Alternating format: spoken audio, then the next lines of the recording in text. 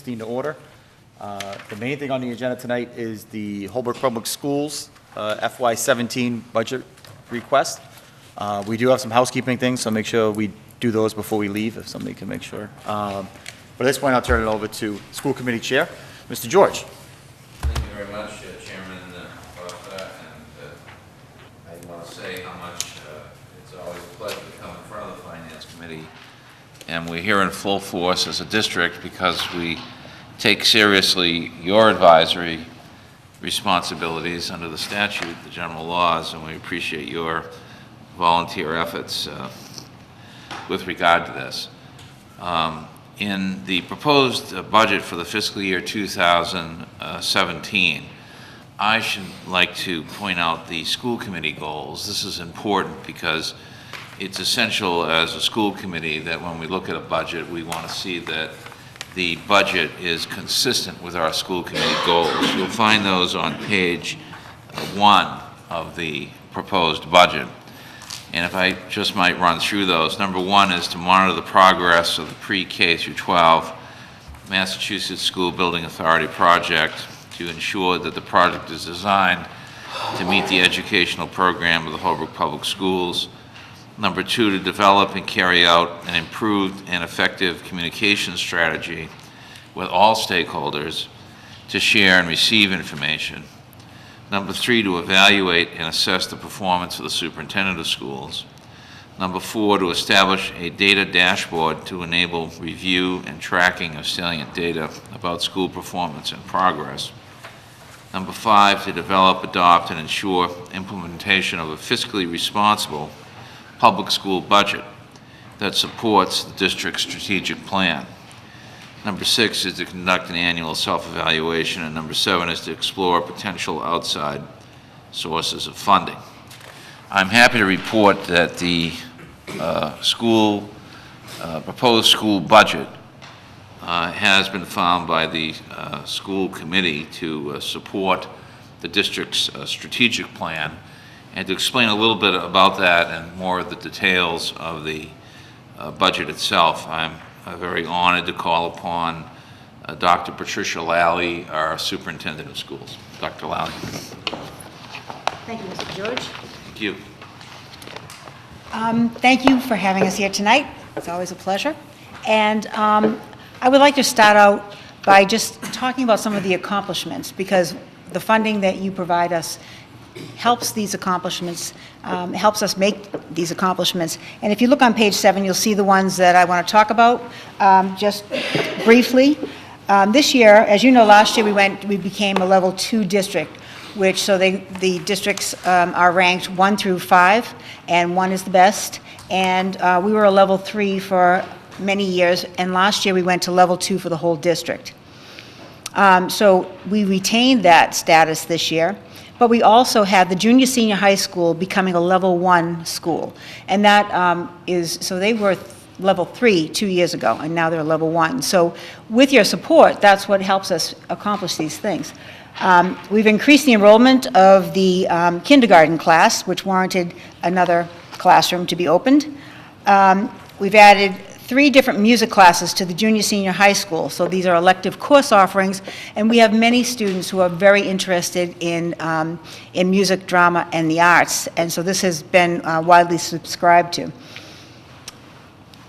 We also instituted positive behavioral intervention strategies at both the JFK and the South schools. And those are it's a way of rewarding students for doing things that are good, instead of using the traditional disciplinary model where you berate somebody who is doing the wrong thing. This way, it's encouraging positive actions, and it's trying to get the whole school to buy into that. So it's been a very successful program.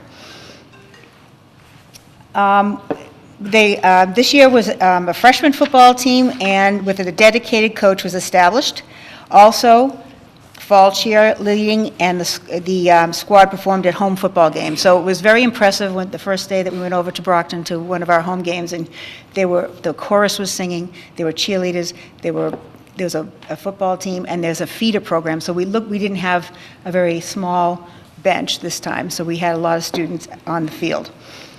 We instituted a co-ed cross-country team because we've had a lot of people who are interested in that, and it will only grow. And that's a sport where, you know, they usually have no cuts, so it's really nice to be able to get students out there. You know, you have some who excel at it and some who just want to try it out.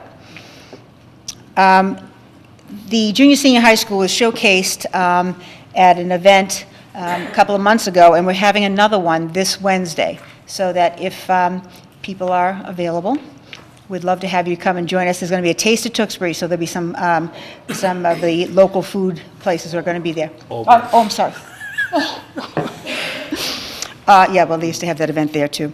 So, the Taste of Holbrook, yes, and they're going to be highlighting some of the courses and the opportunities for our students, because the junior senior high school is a level 1 high school, has a lot to offer, and we want people to consider staying with us. We also were featured on Channel 5 and Channel 7 for some great programs at the South School, and I think that because we are now being in the news a lot, there's a lot of recognition for some of the programs that are going on. So I'm going to go over here to the computer, if that's okay. Should I take this with me? You can take the whole The whole thing? Okay. So I'd like to go to your PowerPoint presentation.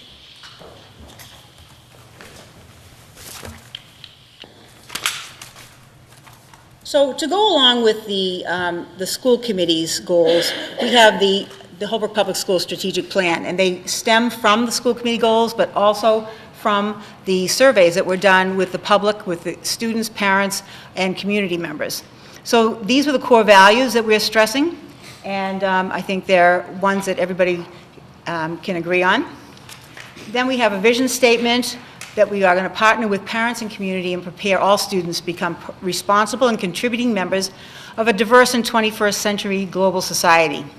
We will motivate and enable each student to develop intellectually, physically, socially, and emotionally through a rigorous and supportive educational program within an inclusive and safe environment that nurtures creative and critical thinking, the development of values, and the pursuit of lifelong learning.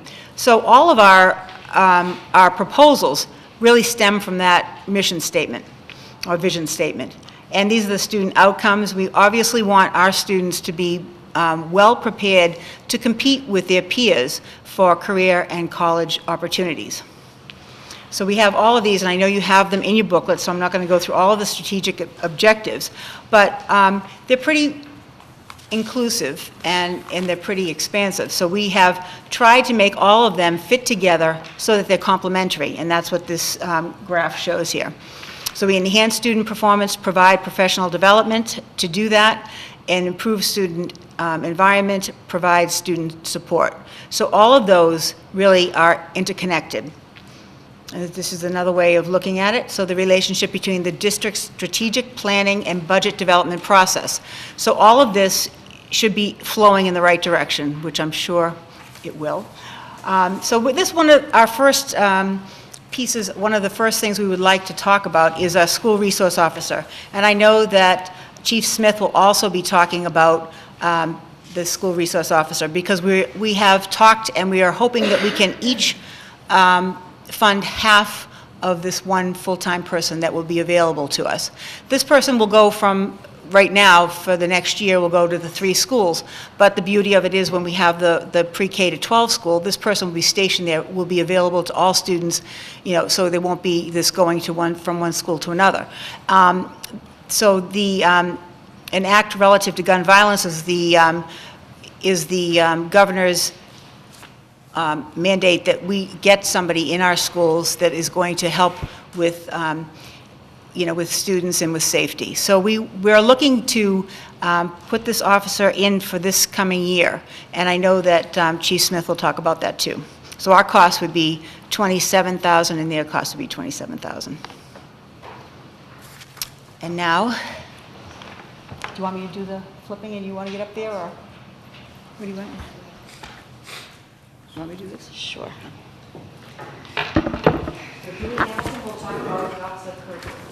Good evening, everyone. As Dr. Lally mentioned, we work in conjunction with the principals, students, stakeholders in our town and our parents to provide the best education for our students and to make sure that we are instilling in them 21st century learning skills. So this budget presentation is reflective of anything new that we would be asking for within our departments. And so the first line here, as you'll see later in the high school presentation, they'll be asking for a foreign language teacher. But as the Office of Curriculum, it's our job to supply the resources, the textbooks, and the curriculum materials. So we will be asking for a foreign language teacher for the junior senior high school to expand on the electives and the course offerings up at the junior senior high school. Right now, we currently teach Spanish. We're looking to expand our foreign language department, so we would need $8,000 to purchase textbooks for this new program. The second piece that we're looking to put into our budget is professional development. Traditionally, professional development in many ways is funded by grants. We've sought a lot of grants. We have entitlement grants like Title I, Title IIA. But one of the things that's very important, goes hand in hand with leadership, is teacher quality. And making sure that we're offering our teachers quality PD and making sure that they're staying skilled and most current in their best practices is not only a contractual obligation, but it's something we want to do for our teachers and for our students. So we're asking for professional development line item to come back into the Office of Curriculum so we can make sure we're sending our teachers to the best content professional development that is available, especially with the new building coming, looking at technology and things that we're going to have to make sure that our teachers are well versed in. We want to begin getting our teachers those particular professional developments. So that would be our second issue, would be $12,000 that we're looking for. That would also allow us to bring in consultants for either entire grade levels, entire schools, have workshops. We've recently sent teachers to OG trainings and different specialized trainings for intervention programs. There are some requirements we have for things like restraint trainings and whatnot. And we do write grants whenever possible, but this would really enable us to make sure every teacher and every content across K-12 is getting fully developed in their profession. I listed on my next slide grants and additional funding sources, just again reiterating that we do seek out additional funding sources. We work and partner with Holbrook Cooperative Bank. The Follett Book Company works with us and sometimes will buy back texts so that we can purchase new resources and materials. We always seek grants like 632 Academic Support Grant for our Bulldog Academy. We've talked a lot about that. That's one of our and then some programs, enrichment after school for students in math, science, and English language arts. And Title I and Title IIA do have a lot of criterion that go with that. You have to be a Title I school to use the funding. You have to make sure it goes towards certain intervention tools. You can't just send a history teacher to a World History II workshop through a Title I grant. So we need to make sure we have other funding sources to be able to send our teachers in foreign language and physics and all of our different content areas to PD. But we definitely still go after those grants and are always searching for new opportunities to bring funding into the Office of Curriculum. The slide below that, the total budget request, just shows how our particular Office of Curriculum budget breaks down per school. And then in purple, we have district-wide, and that would be professional development for all teachers, offerings for all teachers that aren't specific to one particular building.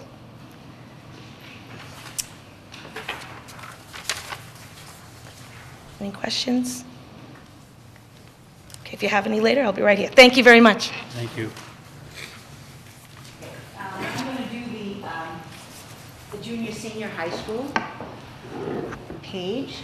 So there are 3 requests here. We have the foreign language teacher that Julie already mentioned, and it really is something that we need because obviously we have one language, and that really isn't offering our students enough variety. They're not competitive with other students who come to college, and I think that one of the things we need to do is expand that because a lot of students have expressed the need for other languages besides Spanish. The second piece is a .5 office secretary. We have a half-time secretary. We had a full-time secretary a couple of years ago, but due to budget crunches, we had to cut one back to half-time. But in the junior, senior high school, the office is very busy. Besides, students checking in, checking out, parents calling and all of that, these secretaries have to look at transcripts, have to get student records. There's so much more involved in a junior, senior high school as far as the secretarial work goes. The .5 departmental program specialist stipends, we have 5 department chairs that are, it's a reduced fee for, or a reduced stipend from before, and they have curtailed duties, but they still are needed for helping make the departments run, because the junior, senior high school is a more departmentalized place. So you need to have somebody taking care of the math, making sure that the curriculum writing is going on, making sure that people have the materials they need. And that's not something that is easily done by a principal, because there's too many departments in a junior, senior high school. So it's not what it used to be, but it's, so it's half of the stipend that it used to be. So it's a, kind of a midway point for that. Can I ask some questions Sure. about that page? First on the secretary, or what you're calling a secretary Yeah. position. It's listed in your budget under the junior, senior high school administrative assistance line item, Right. would that be correct? Yes, that's, So that line item has a 12% increase on the base, and then an additional $20,000. What's the 12% increase for? I'm sorry. It goes from 61,432, has an increase of 7,403, plus 20,000. What page, I'm sorry, what page you on? In your budget, it is line item 1,000, I'm gonna let Trish take 2210, this one, so. 212,300. I'm just wondering, I mean, I understand the $20,000 for the additional position. Right. But then there's a 12% It's the other increase on the half, base. yes. So I'm wondering whether there's a 12% increase on the base. If you have to go to the actual budget, So the not the spreadsheet? presentation, but your spreadsheet? line item budget, which is in the back of this book. Yeah. You want this? Oh, here we go. Line item number, Yep. tell me what line item that Yep. is, please. Line item 1, line item 2. Gotta find the right page again. Yeah, I see it. 55. Make sure I'm in the right place that you're talking about, but as a $20,000 new position in a list out $61,000 as a base, so I have to imagine that that's more than one Yes, I see it. position. I actually will have to look that up. I don't know off the top of my head how it came to be the $12,000. Could the 61,000 be one position? It's 1.5 at So it's this. one and a half currently. Right. And then is it, so, okay. So to make it, yeah. You're trying to make it a 20,000 and make it a, It could be someone's making a jump from one step to another. That's a little bit substantial, but off the top of my head, I can't remember. And then I guess the stipends that you're listing also. So again, I think that's line item 73 on that, if I'm reading it correctly. You're right. Trying to follow along. So FY16 has an appropriation for 25,000. So why is there a new request for 25,000? The total's 25. What am I missing? We didn't put it in the budget last year, so I don't know why that's there, because we didn't have it in there when we went to make the request. So I think that's just a mistake, it should be out of there. In FY16, Yeah. those funds are coming out of school choice, not the budgeted appropriation. In FY17, we anticipate using the budget But to fund those. So we don't have a full line item budget? I thought we did, and then at the end you deducted for school choice and circuit breaker and all of those items. That is true. So it should be included, whether it's coming, I understand it might be coming from a additional funding source beyond town meeting. I think Right. what you're saying is this year it came out of school choice, but we weren't expecting it to come out of it next year. But it shouldn't be it's not a new ad. If it was in the budget in FY16, it's in the budget in FY17, it's just you're using different funds, whether it be town money or school Correct. choice or I think something. it was, That's it wasn't in correct. the requested budget last year. That was the problem, because we didn't request it, we made that change during the summer. So it's a new request, but you had funded it in FY16. It was a decision made to fund it this year, but it's new to us, so you want to inform us. Absolutely. Yes. Fantastic, thank you.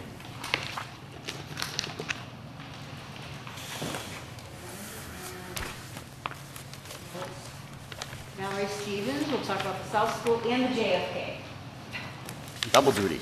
and technology. Just a couple of things. Good evening. So the first position we are requesting is a .5 computer technology teacher. This is .5 at South, but it would also be .5 at JFK, making it a full-time position. And the primary goal of this position would be to, teach 21st century computer skills. In anticipation that we are doing PARC, down the road it will become a computer-based test. We want to make sure our students have all the necessary skills so that they can be as successful as possible. This teacher would reach over 700 kids, kindergarten through 6th grade. And the computer lab would be used as a classroom, so there's no additional space needed. Specifically, the curriculum would include things like internet safety, keyboarding skills, researching cross-curricular projects, using a variety of programs. So, any questions about that position? So we, in visiting the schools, there's a lot of, or not a lot, there are some computers already in the classrooms. Is this to supplement that, or additional skills, or what's the, can you expand a little bit? This essentially, in an ideal world, we would be teaching internet safety. You know, our kids have various technology in their hands already, but don't necessarily have the research behind it to use it appropriately. So that would be one of the goals. Keyboarding skills, how to, you know, basic typing. Also, our teachers try as much as possible to bring their classrooms into the computer lab to do those cross-curricular using technology presentations, basic PowerPoint skills. So that would be something that this computer teacher could incorporate on a weekly basis with all students. I didn't want to interrupt, but I believe too, when you reference the PARC, it's also test taking, which is going to be the next generation of testing. It's going to be primarily not on paper, through the computers. And we did pilot PARC 2 years ago, and I had the luxury of being in there, and there are a lot of specific tools that students have to use that, you know, we may take for granted. Things like highlighting, you know, down at the 3rd grade level. Where do you access that tool? When do you use it? Why do you use it? So it is much more complex, that test, than just click the answer. There are a lot of tools that we want to make sure that kids know how to use appropriately. So, the other personnel request is it's a difference of a 0.2. We currently have a 0.8 ESL teacher. We'd like to increase it to full-time. Pretty much the rationale is simple. We've gone from 55 students in the district requiring ESL services to 70. Many of those new students also are coming in at lower levels, which require more hours of service per day. So simply put, we need to meet the guidelines that the state is putting out there to service all of our students appropriately. So it also, I addressed the computer teacher at the JFK. The next position I'm going to speak on behalf of all the principals that we are looking to implement next year is a district-wide curriculum and technology integration specialist teacher. Essentially, with the new school, we're going to have a lot of new technology. We want to make sure that teachers have the support, the skills, you know, the knowledge on how to use it appropriately when lesson planning. We want to make sure that we increase their ability to support students in expanding their digital literacies, support students in the use of technology for things like increasing the engagement levels within the classroom, expanding their critical thinking skills. You know, there's so much out there with technology that this position would be able to help the teachers incorporate it on a day-to-day basis.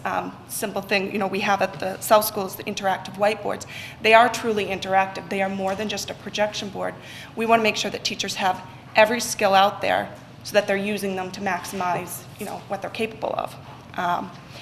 You know, we did some research. There are many surrounding districts that do have this position, so it's not a new thing out there. And all said and done, we really just want to ensure that teachers are armed with the skills to help students to use the technology as a learning tool and a resource to really access what the world can offer these days. So.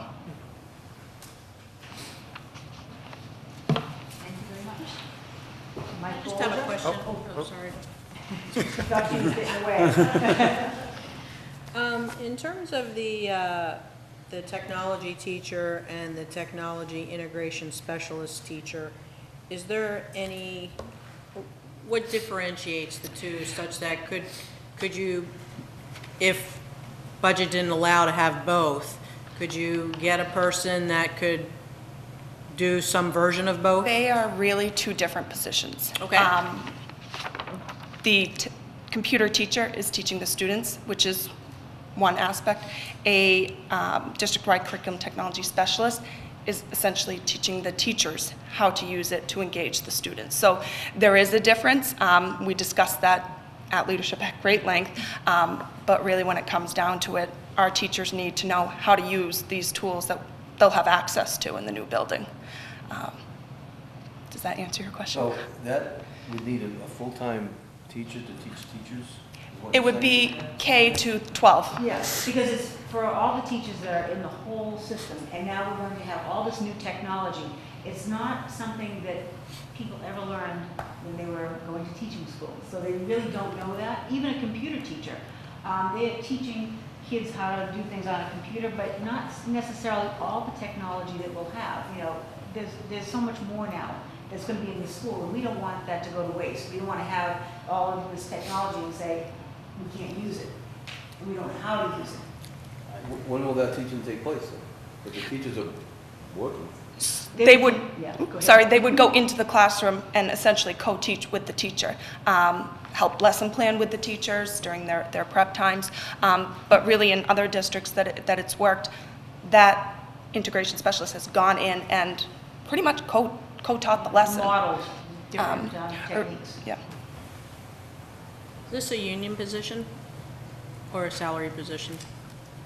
Oh, well, that's a good question. I think it's a teaching position. Okay, so it'd be in part of the union.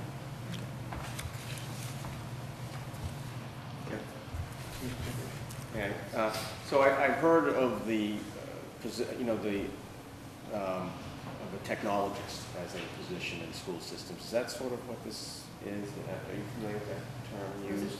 Technologist, I've heard that used in schools before, and They might call that. my understanding of it was somebody that made sure that the technology that the school had was being maximized and being used to its fullest, because, as you said, a lot of time the teachers really just don't know how to do that, you know?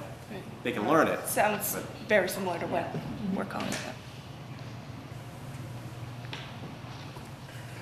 You're safe. Oh,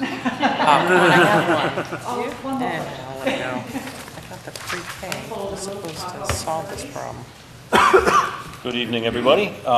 This is a request I made a couple times now, but we lost a position in 15, and we ended up losing the position from the high school. We shifted a body from the high school to one of the other schools. We have a ton of programming that goes on at the high school, a lot of events, and there's a lot of area to clean. We just have 2 night custodians in the building. I'm looking to add that 3rd position back, and the cost would be $40,000 for the position. Is that all you got? That's all I got. And when you go into the new building, that's going to, you're not going to. Well, yes, I mean, Presenting the slides. the correct number of positions for the 3 schools is 10. We're down to 9. 10 is the correct number. Going forward, we'll probably need more as we have more square footage in the new building, so. And we'd like to have the person on board so the person can be trained when the technology's in there, so that, you know, the person can get used to that, because they're going to need new skills. I didn't mean that's all, No, I just meant that that's was the only all I'm slide you had. That was it. Special education. Carol Flynn? Hello. Good evening. I'd like to talk about the contracted services. We have an increase for this year. Coming up, we have the PACES Home Program, which we provide for students that have multiple needs. We provide service from Pilgrim Area Collaborative. We'll come into the home and train the parents and work with them for all the technology and strategies that work in the school, that we can carry them over into home and make it easier for the parents to learn those techniques and work with their children outside of the school day. We also have an increase for our audiological teacher. We have a student who moved into district that's hard of hearing, so we need to have an audiologist come and provide direct service and consultation for that student. We have a paraprofessional for our district student, which is a big increase, but it is required for that student to be able to be in that program and be safe and be able to learn from his program. So, Can you just expand a little bit? Because Sure. you got some keywords in there that send up red flags. Out of district, so it's a Holbrook resident? Yes. That is at an out-of-district placement in a right, because specialized you facility? need a specialized facility. And so the cost for that is going up by $30,000, the cost of educating that student at that? Right, because he requires someone to be with that student Is that a cost keep that's them. being encumbered in FY '16 already? And it's like we talked about earlier, that's here and we're just, He's here now. He just came in midway through the year, so yes. so we're incurring some of that. We're incurring cost some of part that the year. now, but it wasn't part of my budget for last year, so it will be. But they're new to the district, so we shouldn't actually be incurring that cost, correct? That cost should be falling upon No, the it's prior a district? collaborative program, so collaborative go right into, we take the tuition right away. So a collaborative comes in. Private whenever they schools are move into the different. district. Right. Collaboratives, you pay right away. Private schools, we wait till July 1st. Thank you. And then we have our BCBA, which is behavior consultant, and we have a lot of students that are in our regular ed classrooms, inclusion classrooms, and some of our smaller sub-separate, and we need these consultants to really work with the teachers and get behavior programs up for some of the students and really make them available for learning and to kind of manage the behavior. And the last thing is our vision specialist. We have another need for a student that has vision services and also an orientation and mobility instructor to teach that child that's visually impaired to be able to start working and walking around the school system and to be safe and to learn those routes. So is that included in the 52,828, or is that? It is included in that, yes. It is included in that, it's just It not is included bulleted. in that, yes. Just not yeah. bulleted. Just wasn't listed Fantastic. on there. So with special ed, we do have a lot of specialized services in it. We have to contract because we don't have enough to really make a position available, so. So unlike, and be careful how I say this, I'm not saying nothing else isn't important, but these are required. Yes. Everything else is, we want, need, whatever else, but.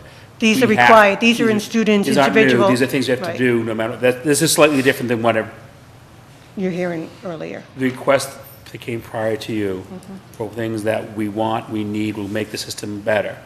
Whether these things make the system better or not, we still have to do these no matter what we do. Absolutely. There's They're just in a the- slight difference there. Absolutely. Which is They're in the fine. So that's- children's that- IEPs. No matter what we decide in 6 months, whatever, 3 months, whatever it is, you're still paying this. This is how you pay for it. Absolutely. Whereas some of the other ones, okay. So, it's just a difference. Well, we'll get into that because it's technically actually not required. It's not a funded mandate. Actually, we can get into it now. The way, Was this one here? the school resource officer, Chapter 71, Section 37P, which is the statute that says it. Section B, every chief of police in consultation with the superintendent and subject to appropriation. So right there, it's not a required thing. Also, in Section E, notwithstanding subsection B, if the chief of police in consultation with the superintendent determines that there are not sufficient resources to assign a school resource officer to serve the city, town, regional school district, or county agricultural school, the chief of police shall consult with the Department of State Police to ensure that a school resource officer is assigned, subject to appropriation. So it's not technically actually required. The only thing, again, I think that is absolutely required is your IEPs. And my next slide is on the Chapter 222. Thank you. Which is providing services for students who are suspended or expelled from the school. We're mandated to provide tutoring or educational services for those students. So I do put a cost in for $75,000 just because if it's a long-term suspension, you're paying a tutor 5 to 10 hours a week, and it So adds are up we over the- incurring any of those costs for the situation this year? Yes. Were they already in the budget for this year or something that? They were cut out and we're requested again because it is a cost that we're seeing every year. So do we have what we're running at this year or what we're projected to be using this year? The amount, 49,000 in tutoring, so Right. far, it's about But about 45,000 so far. So, and we're not through the year yet, so. And this is the tutoring line item in your budget? Is that where the cost would fall into the tutoring? Home and hospital tutoring. Home/tutoring or something like That's that? when we started taking Take it it from. from, but if you have students who need that, then you're competing for the funds that are Right. allotted for that line item. Because my home and hospital tutoring is for a lot of children who are sick, medically can't come to school, or, We have those students too, so. So you had budgeted 49,000 for FY16, and I'm at line item. Well, on line 120. 120. Yeah. Right, so you dropped that back down by 40,000 to the run rate you had prior, which is roughly Right. $9,000 a year. But then you increased line item 138 home and hospital tutors, adding another 75,000 to the prior 9750 to make you 84,750? Yes. Is that accurate? And that 9750 had been home and school tutors at the high school, so is it?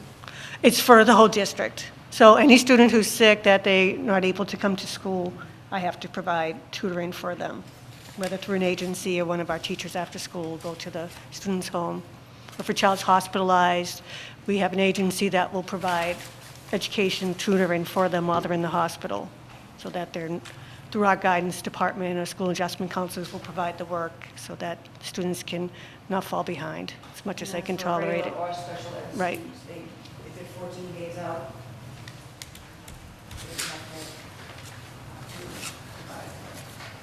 So I guess it's, I don't know, just interesting to me that they both have the same names. They both have the same descriptors. What's the key difference? Well, this one, the chapter 222, is something that we mandated to do now that we weren't before. The home hospital has always been there. We had to do the tutoring, and we do have a number of students who fall into that category who are separate from the chapter 222 students. And now we're getting both of them, so we're kind of getting hit from both sides. And, you know, it's something we have to do, but it's draining funding from one. If we take the tutoring money, then when someone has a home hospitalization, then we have to take the money. There's no money we can take it because we've used it for this. But we kind of use both of them because we haven't had this line item to put the money in. If we had money in this one, this is the one to go to for 222, and then we would do one for the home hospital. So I guess, is it a function code driven by DESE that you need to put the money into two separate places? I don't think you have to put it in two separate places, you just need to have Have the money fund available. But you need the money available in either case. Yes. And they're for intensive, the same thing, educating a student that can't come into the district, whether for medical or Right. social reasons. But we separated them out because we've had that line item for the home hospital before, so we wanted to be, so that people could see that there's a different, sum of money that we're looking for, because it's not the same thing, and now this is only the second year of this mandate. But you had the one that you're increasing by 75,000, you've also had that, I mean, at least since FY12, $630, $5,000, $7,000, $9,750. So you had money in the account that you're putting the 75,000 into, and the account that you had. Yep. Come on We up. didn't get any money for that last year. Yeah. I'll just explain real quickly. In the past, one of those line items was labeled for regular day education, and another line was labeled for special ed education. But we're not making that differentiation any longer. So can you not combine them into one line item then, if you're not making a differentiation between? We could, except we should keep chapter 222 in its own line item. So if 222 is just 75,000, shouldn't you be taking out the 9,750, which wasn't 222? I mean, it might go into the other line item, I understand that, it's not gonna change the Yes. top line, but. Yes. We could do that. Okay. I'm sorry, I just, how did we come to the 75? How did you get to that? Is that a minimum? Just looked at if there was 4 to 5 students over the course of the year. Figure the rate that we pay a tutor, came up with that figure. It's hard to know how many Yeah. students going to be or how many. Well, I was gonna say, so it seems like I it's. thought 5 was a reasonable number. Okay.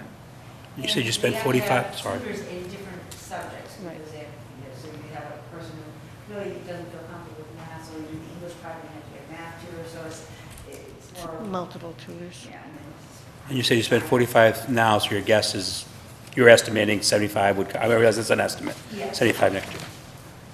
I have a question. With the technology that they have now, I mean, I've looked at these online, kids can go to elementary school online from home. I mean, wouldn't that, alleviate the need for this? That's an option, but we have to give several options to parents as part of the mandate, so. Why And don't you just pick one and give it to them, we have to give them options. options. And if you have a special education student, that falls under there too. You really have to make sure If they want that, options, then they can pay for it. I mean, if they want No, other options. State demands you give them the options, and they get to choose. and if it's a special ed student, you have to make sure that that IEP is being followed. So in that regard, you do need to have a special educator provide that tutoring. If a child is suspended or, worse yet, expelled, is there a term limit of which you have to teach them? I mean, like, They have to To be be- educated just as if they were in school. So it depends on, the student decides to drop out, that's a different story. But as long as they're willing to partake in the education, they are entitled to that education. That doesn't mean that they won't be readmitted to school. If there are certain conditions depending on the events and the severity of it and how it affects the student body, if there's somebody in there that was involved and it might be detrimental to other students, then there are all different scenarios.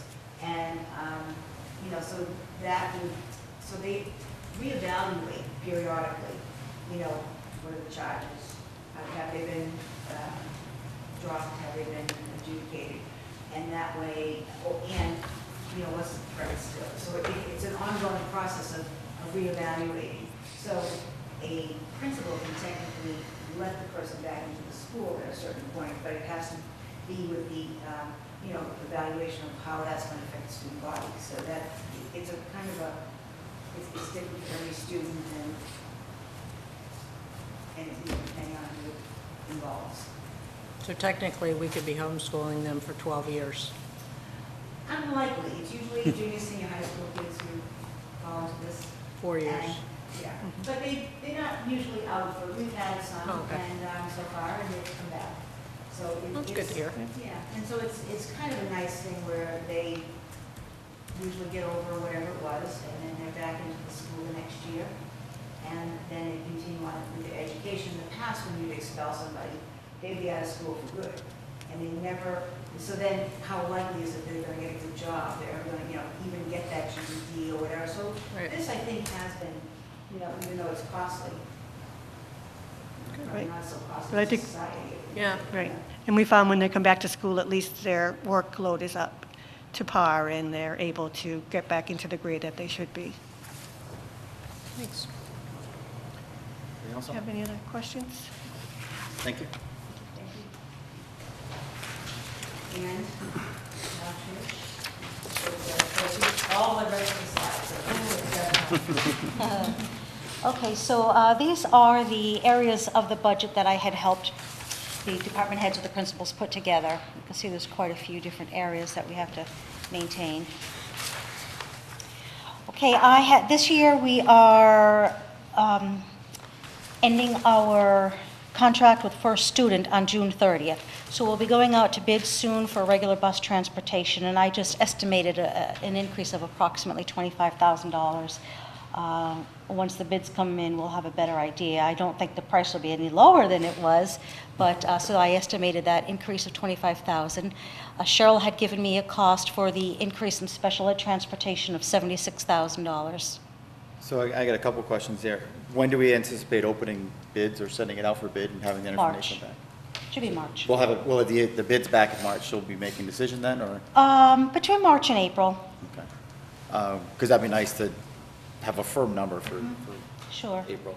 I do know that Blue Hills went out for their bus transportation last year and actually saw a significant decrease. And also, I would think that you might want to look at building into a contract or in our bid proposals, something about fuel and price of fuel, and if fuel stays down, and then maybe some escalators in there, but that way we can lock in based on a concept of a low fuel rate. Right. Which diesel prices are extremely low now, and it'd be nice to be able to go on that. Yes, that's common to put the fuel escalator clause in the bids. Or a fuel de-escalator clause too. Or Sped in town, that's a significant increase. Can you elaborate on that a little bit about why it's so significant? That was the 2 wheelchair vans, wasn't it? Right, the 2 wheelchair vans in Monica for rental. Now, is that submitted, is transportation allowed to be submitted for circuit breaker? No, it's tuition, just tuition in their educational services. Not the transportation. No. Any other questions?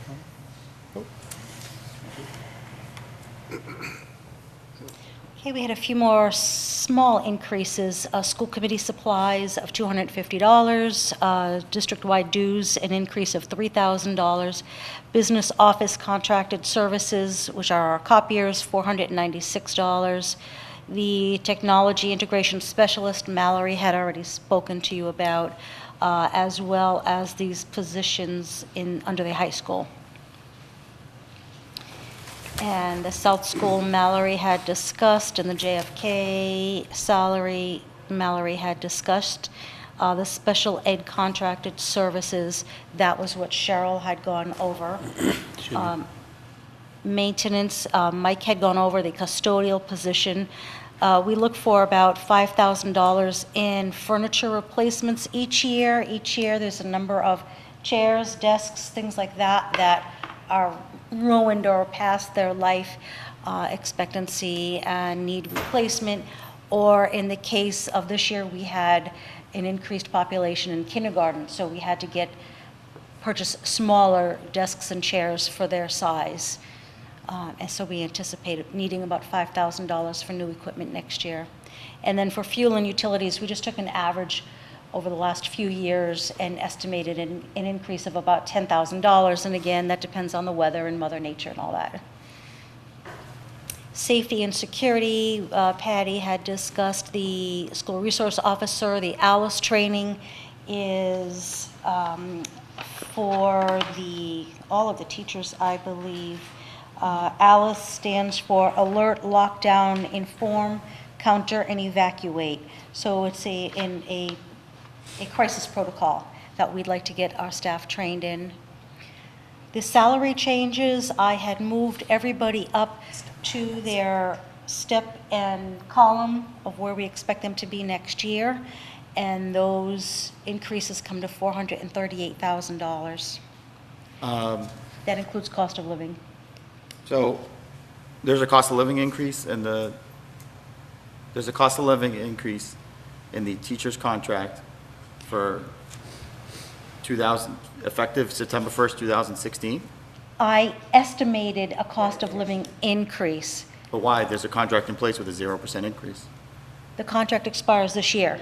So it expires the end of next school year. Right, It ends this year. No, negotiations begin October 1st, 2016, and then between January 2016. I've reviewed the contract today. We're just starting to negotiate now anyway, so that would be. Well, you're not supposed to negotiate before October 1st, according to the contract. Oh, then Contract has a hard start date. Contract is on the DESE website. Well, I don't know which contract is that going to be.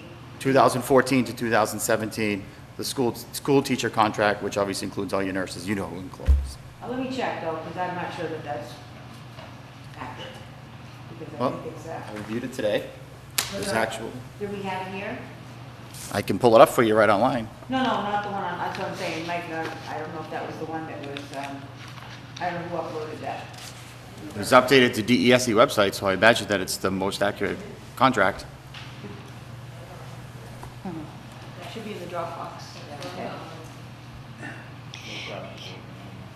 And I'll just move on. The employee separation costs. Each year, we have a few employees who retire, are entitled to vacation buybacks, sick leave buybacks, et cetera. And we haven't estimated an amount for them, so we've always been caught short because of that. So we wanted to put money in that will cover 3, 4, 5. I want to stick on the contract, though, for a moment. Yeah, I just wanted to finish this page while she was looking that up. Not necessarily, not if you negotiated a 220 with them back 3 years ago. Well, I just did an extension for them, it was 2 years, at 2% each year. Did an extension for them. That was a memorandum of agreement. When was that done? Well, do you have it there? Where's a copy of that contract? I think it was done my first year here, so it should be up. We So I can don't get know if back, we that- can get back to the Right. accurate data on that, Mr. Chairman. Yeah, because I don't think that the one on Desi is, I don't know where that came from. I don't know. It's effective 2014 to 2017, so I'm very interested to know if there was a contract in place and then we negotiated. It can't be, because I only did a 2-year for them, so it couldn't be, those couldn't be right on Desi. I don't know where they came from, I didn't upload them, who knows? So you're factoring in all step-in lanes and 2% Yes, for the entire district, and you're at $438,705. yes. Any questions on that? Not till you get the information. Okay. Yeah, we'll try and pull up some more. You can, if you want to take it over. Okay, so here is the FY, that top line should be FY 16 appropriation is $13,154,000. And then if we add in the teacher contracts, administrative assistant contracts, para, we actually lost a paraprofessional this year, we lost a custodial this year, administrative increases, the employee separation, that gives us roughly $458,000 in increases. The new positions come to $248,000. Contracted increases comes to $219,000, and the other is $20,000. So we are requesting for FY17 $14,126,560.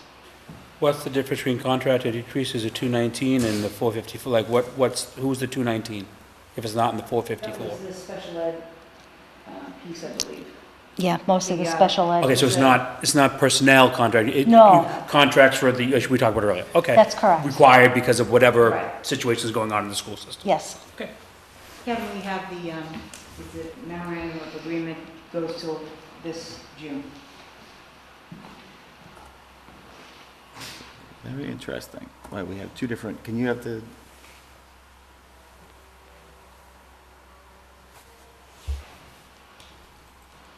Can you email that to the chairman? And you were looking at Tewksbury there, Mr. Chairman. no, I was looking at Holbrook, I'm looking at it right now, sir. I'm looking at it right now, sir. I'm looking at the right thing. So why does the Department of Ed Does have it a different override? contract than a Yeah, we'll have memorandum to of ask agreement? DESE about that. Well, I'm sure the DESE didn't make it up, so they got it from somewhere. Well, I understand, but I can't answer. That's why I'm asking the I can just question. tell you what it is. It's There's the MOA that's in our Dropbox. Yeah, so I would like if you Yeah. could share that with us. And the original contract, which we have in our Dropbox, was 2011 to 2014, and then the MOA picked up in 2014 and runs until June 30th of 16. So it's very interesting. Yeah, the MOA on that original contract. And the original contract's here. Where is it? Well, we have this on our Dropbox. I'll go to DESE just to see. We'll be happy to provide you with the public record. Well, one thing that, since we're Does it on. say Holbrook, does it say Holbrook on the Yes. document? Yes. Yes.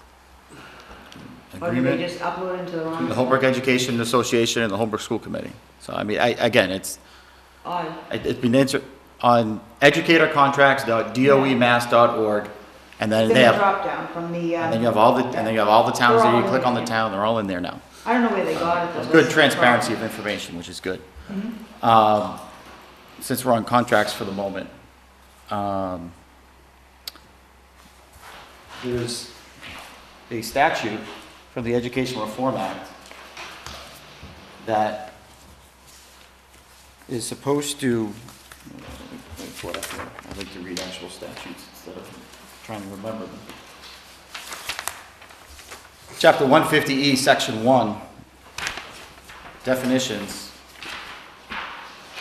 employer or public employer, and then scroll down a couple of lines. In the case of school employees, municipal employer shall be represented by the school committee or its designated representative or representatives. For this purpose, the chief executive officer of a city or town or his designee shall participate and vote as a member of the city or town school committee, provided, however, if there is no town manager or town administrator, the chairman of the board of selectmen or his designee shall participate and vote. Do you regularly invite the CEO of Holbrook to attend your negotiation meetings as well as to vote on your collective bargaining agreements? No. According to the state statute, that's supposed to happen. Is that something that we can do going forward? I don't know, that could be a mistake too. Chapter 150E, Section I'm 1. only kidding. And it's very clear. It's also, again, on the DESC We'll have to look website into about... it. We'll Is look this a into it. selectmen's issue? Is this a select? It's a finance issue because, see, every other union contract has to go before town meeting for ratification. All school contracts do not, because they're on the purview of the school committee. So what this does is it allows a municipal person to be party to the negotiating table, as well as take a vote on it. It also forces, when you have a 5-member committee, you need a supermajority in order to pass that contract, because that is, excuse me, sir, I am talking, because that puts the town in a protected place. Because right now, when you only vote as a school committee, as 5 members, the municipal side has no say in what happens in that budget. So that's why this statute is in place. It's been in place since 1994 as part of the Education Reform Act. And I would like to see that our school committee follow the state statute. As we say, we have all these mandates. This is a mandate. Well, there's another state. It doesn't need an answer, sir. It doesn't need an answer, sir. It does not need an answer, sir. Sir, this is the finance committee meeting. It does not need an answer. I'm just telling you. It does not need an answer. Okay, fine, you. It does not need an answer, sir. You've spotted it off, it's fine. Do you have any more I don't slides? care, I don't care. Do you have any more slides? Do you have anything else, Patty? That's the breakdown by department, central office, the schools, special ed, and maintenance. Yeah, these are just some pie charts. That you have in your handouts, you can probably check that out. That's what we intend to use next year, and actually, funds are slightly higher than that. So in addition to the appropriation that we ask for from the town, we use these funds from grants and revolving funds to support the staffing. Those funds are those funds on par with what we had this year? Yes. I have the FTEs, you had asked for the history of the FTEs. Yes. Thank you. So I have that in 2011, 2017. The former business manager, Charlie Mahoney, gets credit for putting in FY11 to FY15. I just added in this. Thankfully, we have this. Back. Took me a minute or two to figure it out, that's all it is, it's just, Do you want to just, Yeah. is it part of the meeting, just- it would be. Can I just, I found the Holbrook educated contract on the DESC website. And it's the memorandum of understanding, it's the 2014 to 2016.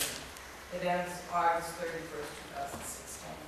That's what's on DESC. Where are you finding a memorandum of agreement on DESC? Educated contracts.gov Mass. You're finding a memorandum of agreement? Well, it says the agreement between the Holbrook Educational Association and the Holbrook School Committee, effective September 1st, 2014 to August 31st, 2016. So that's the same as what we have, the dates. Can you share what you actually, can you share the actual contract that you have, the actual memorandum agreement signed by all parties with this committee? Right, and we're asking for it. As, Well, I mean, you want it right now? What are you- No. What are you asking for? I said we're happy to share it with you. Okay. Is that clear? that's why I asked for it, sir. All right. But Beth, you said you found it on the DESI website. Yes, it's right, it's on. That's not a signed memorandum of agreement by all parties. What's on their website is not a signed memorandum of agreement by all parties. No, but what you were asking for is on that website. So you can- I'm asking for a signed memorandum of agreement, which is the public record. No, but I don't know where you got, what's the difference? It's not signed. What's on DESC's website is not signed. So I want, and it's not what Ms. Davis showed me, which I believe is in your Dropbox, which was signed. So that's why I'm asking for You weren't what very was, clear about what that. was I said ratified. it was a different date. I don't see why we have to discuss it, why can't we just get them excuse me, Kevin, can we just get a copy of the signed memorandum of agreement that you're working under, that's all we need. I didn't say you didn't, I'm saying, I'm just trying to move on. I agree, thank you. Thank you. We'll take care. So I think that, first off, I want to say thank you for the presentation. I think we appreciate, as a committee, the school committee and all the administrators coming and enlightening us about all that's happening in the school, the positive things, the challenges that you have as administrators and educators.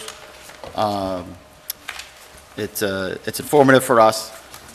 We appreciate the detailed level of the budget that you provide.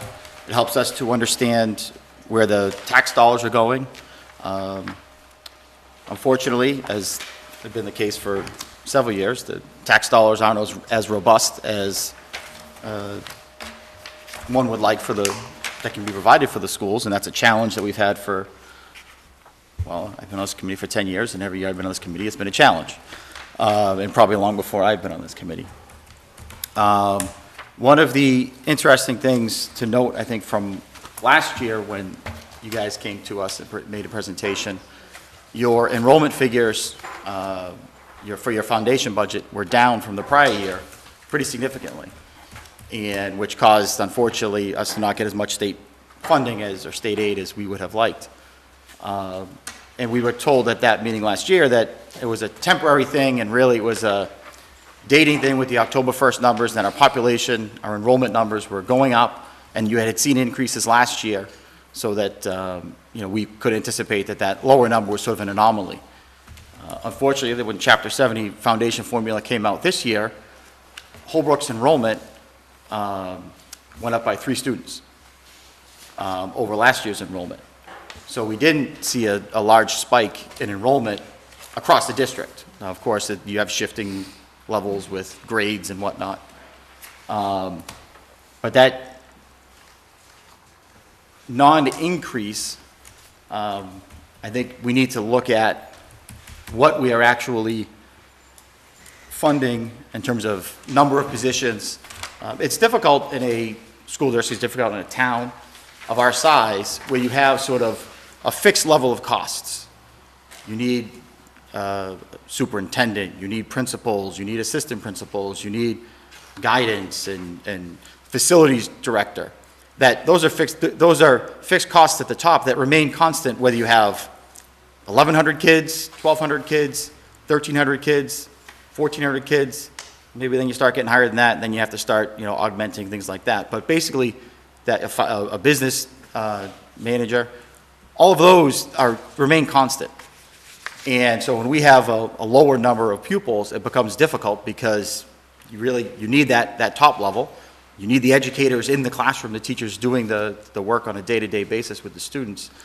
So finding the room for all of those programs that you guys have to find room for, whether it's computer teachers, curriculum directors, music, arts, all of the things that aren't necessarily, that one teacher with that 21 students or 25 students or how many students in the class, as well as that level of administration, become very difficult to fund. I understand that on a school level. I understand it on a town level.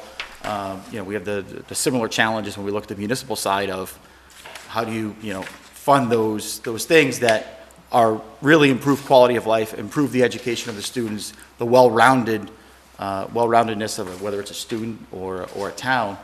But they're difficult to fund when you have sort of capped at our population, unfortunately, in our enrollment figures. So that's going to be a challenge for us as we go forward here and we look at the budget.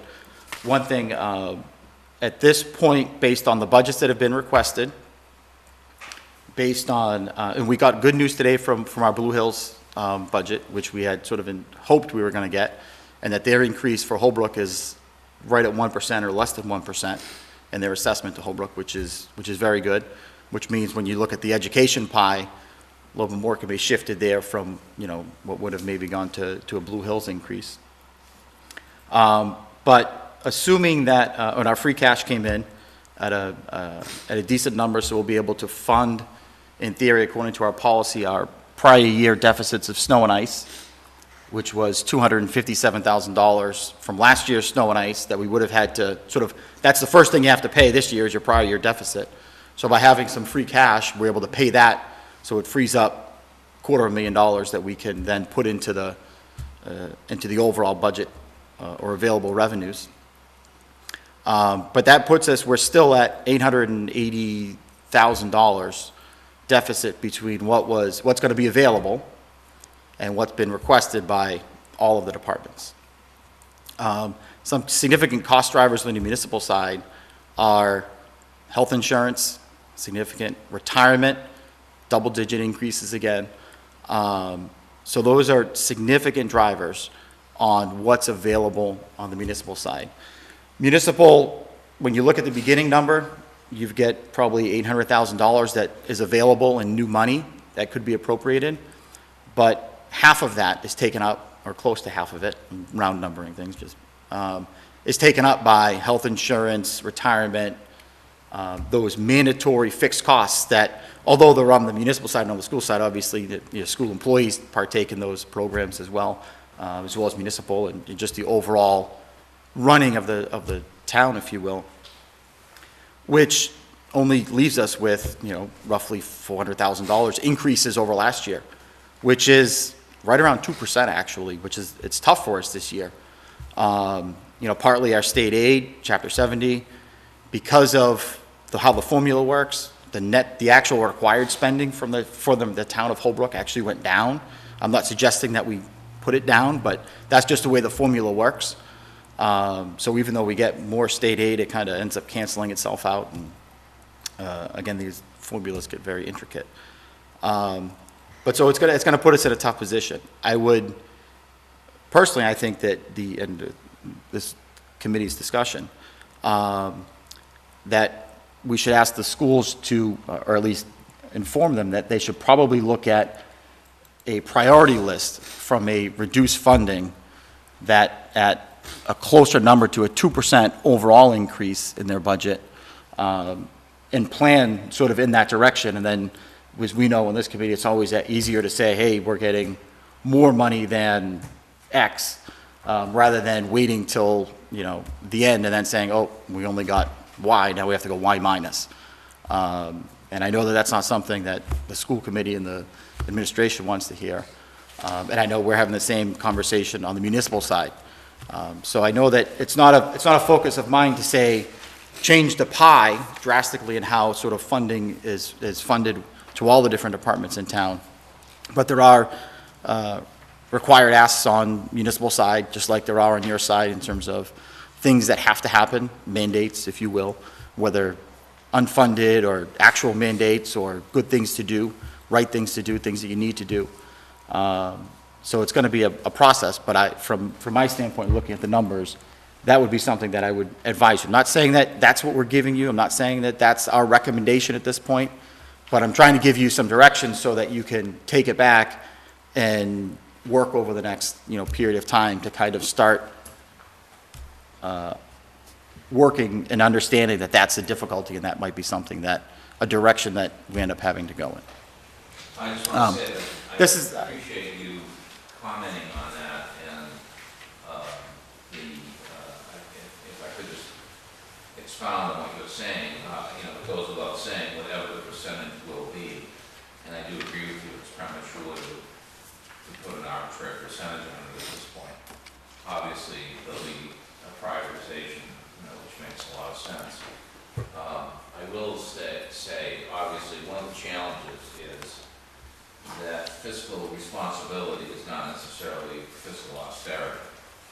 So, for example, to the degree, let's say the county retirement system isn't using the maximum number of years it can to take care of some issues or certain issues, it's good to look at those because the schools and the quality of the schools obviously help drive the taxpayer base of the town.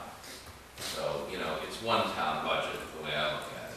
It's, ultimately we're all in the same town. And, some of the factors you mentioned may be a suggestion that the funding isn't as adequate as it should be in terms of the number of students that are coming in. So, I just point that out so that when, these things are being looked at in the totality of the circumstances, I look forward to having, obviously, we all look forward to having further conversation on it. I appreciate your remarks. And again, it was our pleasure to be here. So committee, what's any thoughts, comments? I don't have any thoughts until we can get closer to the budget numbers and we get to all the departments come in. That's just my personal feeling. Yeah. Well, we're meeting with the schools. We have public safety next week and public works the week after that. The numbers, like I said, we roughly have, when you forget about where you put the money, you have about 2% over what you had last year in available money beyond the required, accounts that we're putting money into. And the required accounts basically from, if you look at our budget, from 700 down, whether it be short-term loans, benefits costs, those, we don't have, like similar to your contract, there's sort of fixed costs that you have that they go up, you can't change them significantly. You can dabble around the edges, and we do that. We meet with workers' comp and insurance and in areas where those numbers can be affected, or take out debt and do things with debt to try to shift numbers like we did last year to extend out projects and advise that happen. But, it's not going to free up some enormous amount of money even by doing that. Those are things that we try to do every year. So roughly that's where we're going to be. And I know when we meet with public safety, it's going to be the same conversation we have with public safety next week and public works the week after that. That's what the town as a whole has available. So it's going to be a difficult thing. One thing you're negotiating with about this, the teachers about next year, and obviously that's a significant cost. And I'll share this obviously with the committee and whoever wants it. There's a dozen or so copies, but a schedule of FY or 2015, 2016, which is the current school year, our salary scale and Avon's salary scale, including longevity, and took two sample positions, two sample careers, if you will, somebody with 30 years in either district, just randomly picking, they had a bachelor's, came in with a bachelor's, started working towards their master's, one ended up with their master's after 15 years, started working on their doctorate, and on an annualized cost over the course of 30 years, Holbrook would have paid $1,400 more on average over that 30 years than Avon would pay. Taking out cost of increase is just what the contract is today. Same thing when you do if you take a sample teacher, which is probably more likely, more like most teachers, that they start out with a bachelor's, within 5 years they get their master's, and then they kind of stay at their master's for the rest of their career. Some may take some additional courses, but most of them don't go all the way up to becoming a doctorate. If they do, they're usually not in our school system, to be honest with you. But so when you look at that position, that's $64,000 over 30 years. So again, annualized, it's $2,000 a year. So I know that there's a belief in town that we don't pay enough for our schools, that our teachers are underpaid, that we're very low. We're not. I want to make sure that people understand that. This took me about an hour to do, so I didn't do it with every single town, but we're not. When you look at our salary schedule and our longevity, we're not that far off. What happens is you end up with where teachers are and where positions are, what step they're on, what scale they're on. For many years, our teachers, and DSE, again, hasn't published data since 2014 for actual per pupil expenditures and average teacher cost. They just haven't done it since 2004, haven't compiled the data.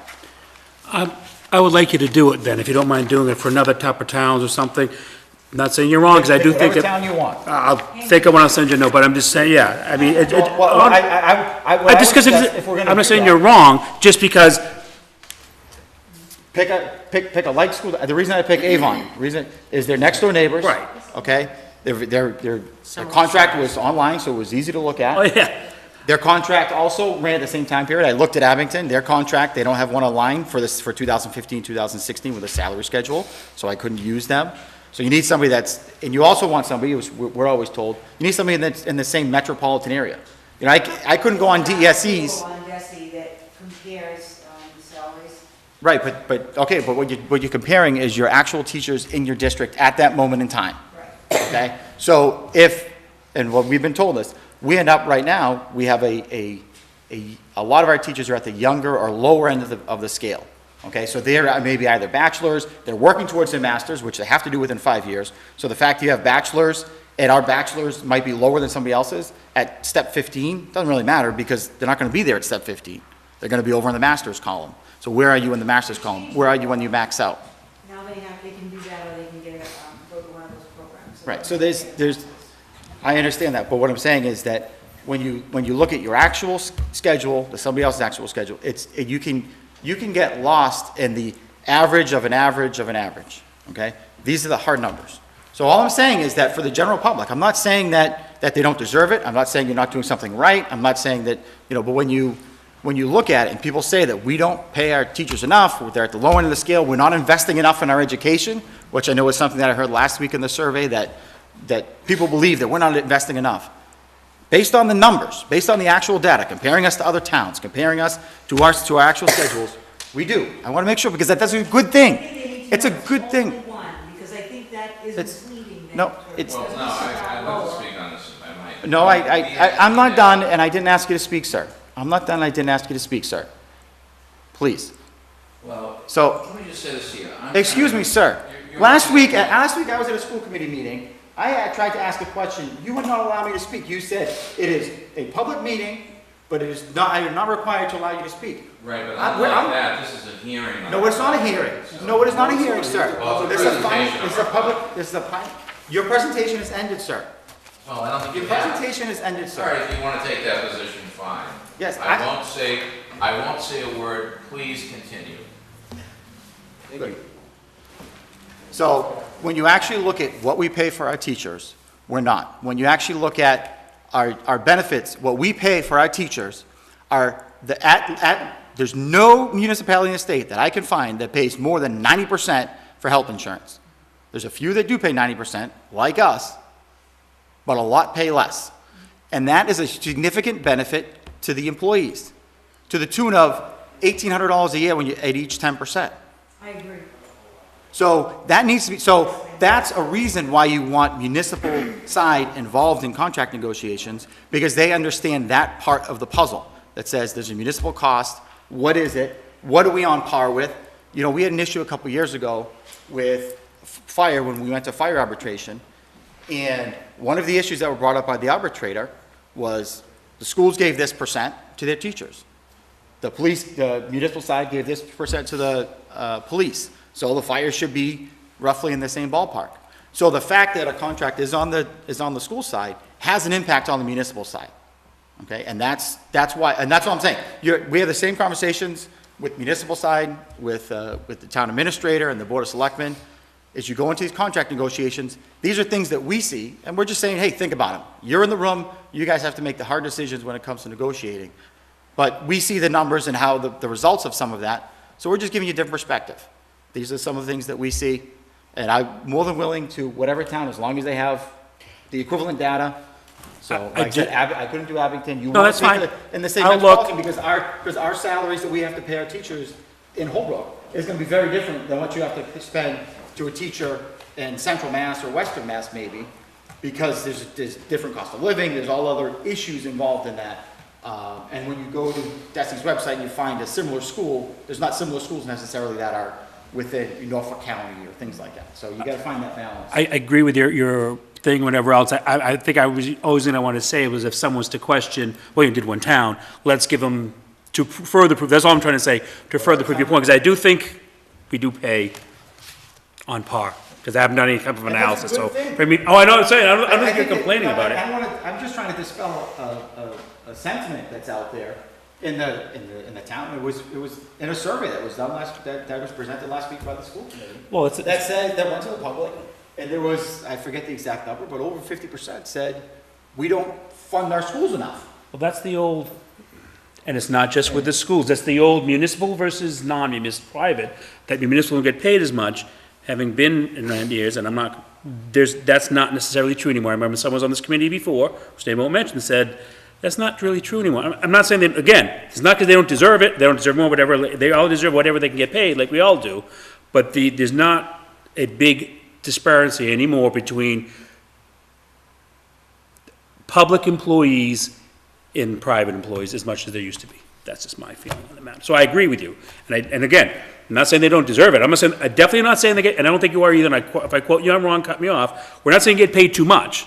We're just saying you're not paid, it's just not as low as people may have that impression that it is, or out of balance as it is. That's a better statement. It's not that it's too much, it's not out of balance, is what we're trying to say. Is that fair? Yeah. I understand. Well, if you get public employees versus private employees, most private employees don't have, retirement, don't have a lot of things, No, I know, so we try- it should be a big separation. Well, I know, and I shouldn't, because we shouldn't bring it up. I don't like when we bring it up against us, but I was just trying to make and you're not your valve, just saying it's just not as out of balance as it used to be. And I want to make, the finance committee does negotiate contracts. We're not in those rooms having to make those decisions of this or that and what you give it. It's all give and take. And also you're working from a prior framework. So you have a base that you have to work from. It's not like you could come in from scratch and say, throw it all away. This is what I want on this side. Right, This is what they want on this side. And, you have to kind of work. So Right. it takes time also, I understand that, as you're trying to implement things and make changes to how we do our business. Those things. One thing that I did note in your contract, and I don't know that we're using it fully, is you've negotiated bi-weekly paychecks for your teachers. Your teachers is the biggest union, which is the biggest reason that we couldn't do it before. So I don't know why we're not using bi-weekly paychecks, which would save the town, I don't know, it's not huge, but it's less than $10,000 a year, but it's something. So that's where I think that we need to continue having good conversation with the municipal side and the school side to understand all of those things, to negotiate little things like that maybe you could, you throw it in as a little kicker and all of a sudden, hey, it saves us a little bit of money for one of these increases that go in. So, is there anything else on the school side? Anything else on, so budgets, thank you. So we're meeting, next week with public safety. As I mentioned on our drive, the budget is labeled, budgets as requested, I think. FY17 overall budget as requested. Okay, so if you go to the budget templates page. Sorry. Yep. I don't have it. Under the FY17, there's a file called FY17 overall budget as requested. Oh, okay. That has the updated figures, again, assuming, or that we have free cash, assuming that will be allocated to pay the prior year deficit for snow and ice. Blue Hill's latest number, all of the debt numbers. The only debt number that we still have a question on is short-term debt that the town administrator was working on, and we'll get that number jived up. We had some discrepancies between some of the information that we got for short-term debt, whether in general fund, enterprise, so on and so forth.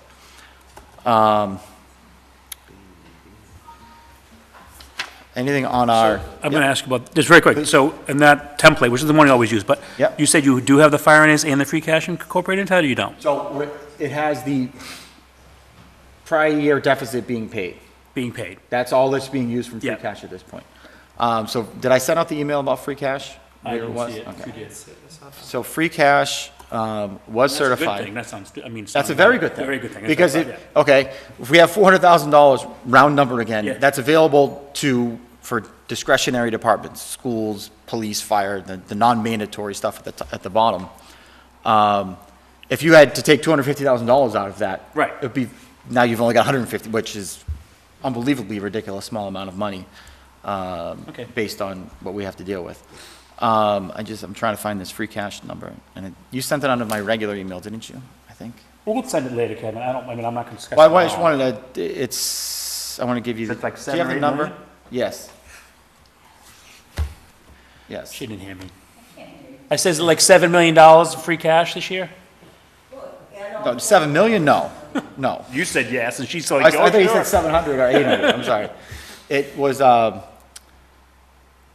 free cash, $746,000 is general fund free cash. Nice. So, 250,000 of that roughly Yep. is for last year's deficit. Maybe what, 100,000 in there? We have, that. it I'll would be look it up. it's 100,000 or 25%. Yeah. So it'd be 25% of that would remain in there. Yep. we're going to have to vote on this in a second for this year's snow and ice deficit, which we have.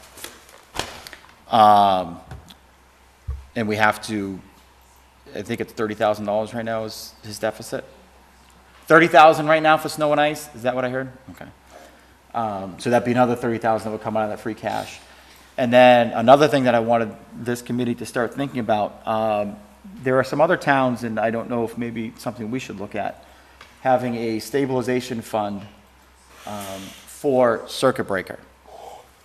And it's for the same reasons that you have, so for special education, it might even be a special education stabilization or, and so we can, because, you know, we could get hit, and I think we have gotten hit, with very significant impacts in a short period of time, and especially in the years before you get the circuit breaker money and all that kind of stuff. So the idea is that maybe we review our policy a little bit, and just like we do APEB or OPEB, general stabilization and capital trust fund, that we take some and actually put it into a, you know, a percentage and dedicate that to a circuit breaker stabilization fund. It's just a concept at this point. We'd still have to, town meeting would have to approve it. What's that? Plus, we had other stabilization funds, but. Right, so we have stabilization funds. We have a general stabilization fund, which, and there, you can end up using them for anything if town meeting wanted to. Right, but they were never financed.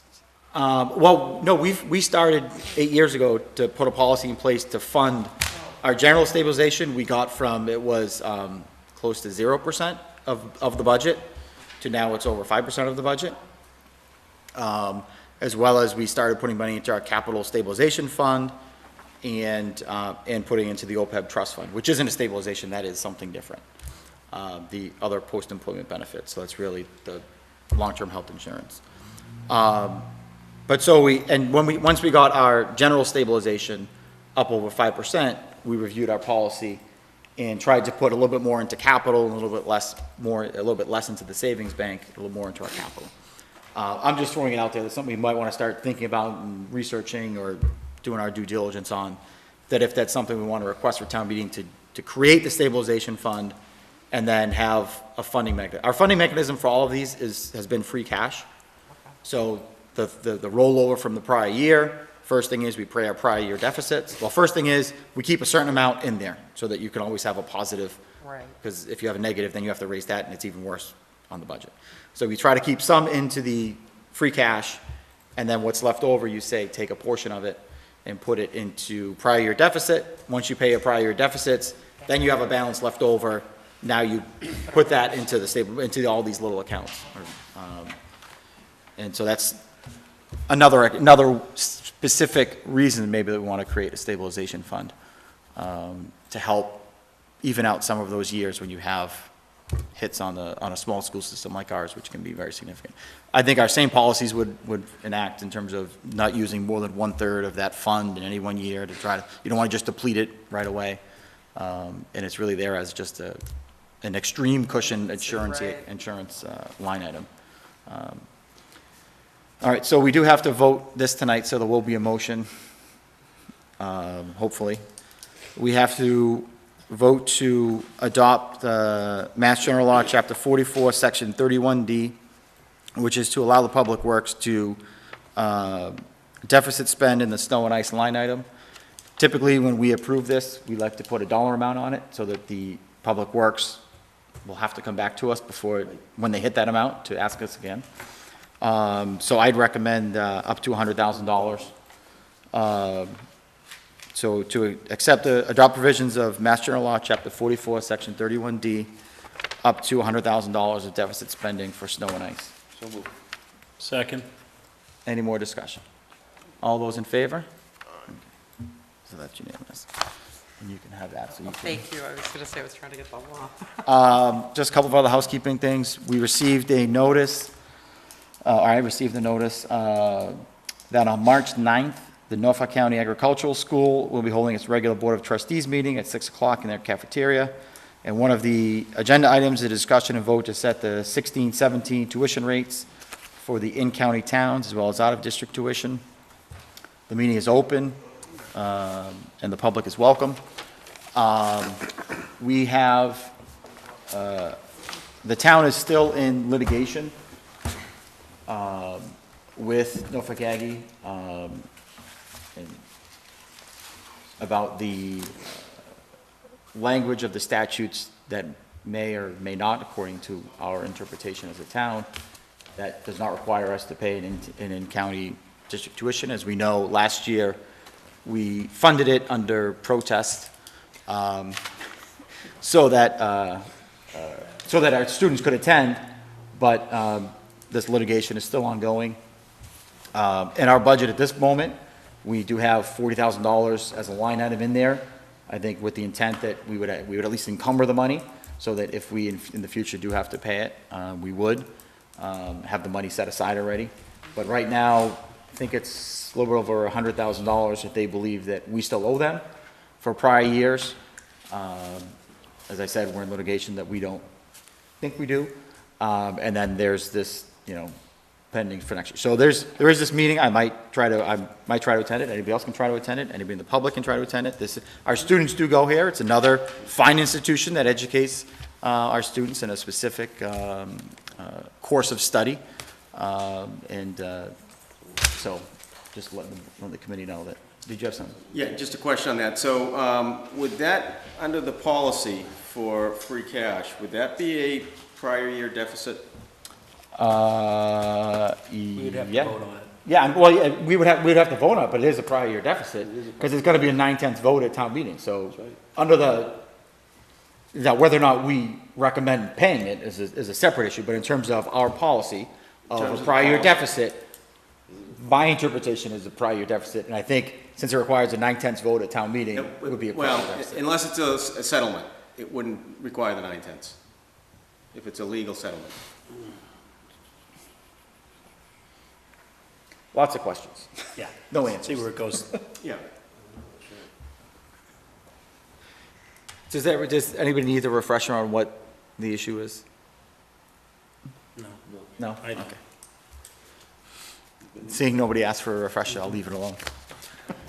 You're gonna vote on the minutes of last meeting? Mike's not here, so I'll wait. Because he's got the minutes. I want to make sure he did them before we vote on them. Is that why he didn't show up? It is. I'm all right. telling you right now, that's why. Are there any other questions, comments, thoughts for the finance committee? All right, okay. Well, we want to thank you for coming and spending however long it's been with us, an hour and a half or whatever it is. We do appreciate what you do. It is very important educating the public in using the public's tax dollars in the most efficient and effective manner. So we appreciate that. The motion to adjourn? Second. More discussion? All those in favor? Aye, aye, aye. Thank you. Thank you, everyone. Thank you. Thank you.